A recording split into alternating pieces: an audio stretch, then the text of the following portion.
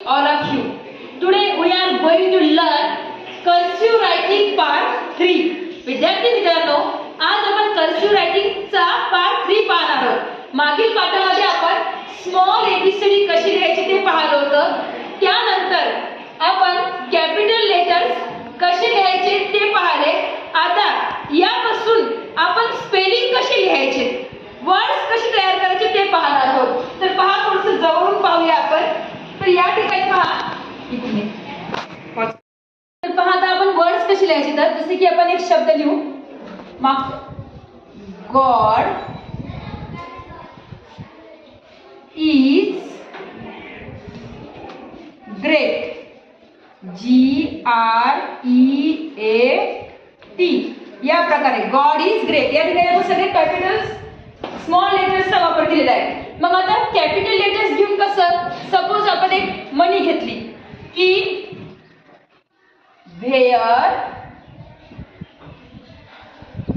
Is, या ठिकाणी फक्त आय डॉट कलाच आपला स्पेल उचलेल. इज, देअर इज अ, नंतर विल, देअर इज अ वे. या प्रकारामध्ये मग सिंगल लाईन मध्ये देखील आपण कसे लिहायचं. तर सपोज आपल्याला एखादं नाव काढायचंय. समजा आपल्याला नाव काढायचंय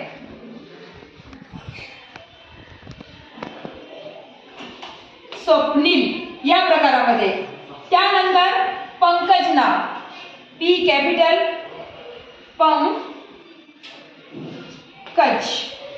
अजून आपल्या गावाचं नाव घ्यायचंय, शाळेचं नाव घ्यायचं आपल्याला. पहा, राष्ट्रीय, नंतर विद्यालय, विद्यालय काय,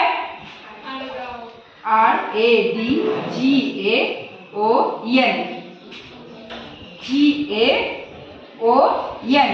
अशा प्रकारामध्ये आपण कर्सिव्ह रायटिंग सहजरित्या लिहू शकतो. हेडिंग टाकण्यासाठी, नाव टाकण्यासाठी, ग्रीटिंग कार्ड्सवर शुभेच्छा देण्यासाठी कर्सिव्ह रायटिंगचा वापर एका वेगळ्या लिपीमध्ये केला जात असतो. तर अशा प्रकारे आपण कर्सिव्ह रायटिंग कशी काढायची हे शिकलेले आहोत.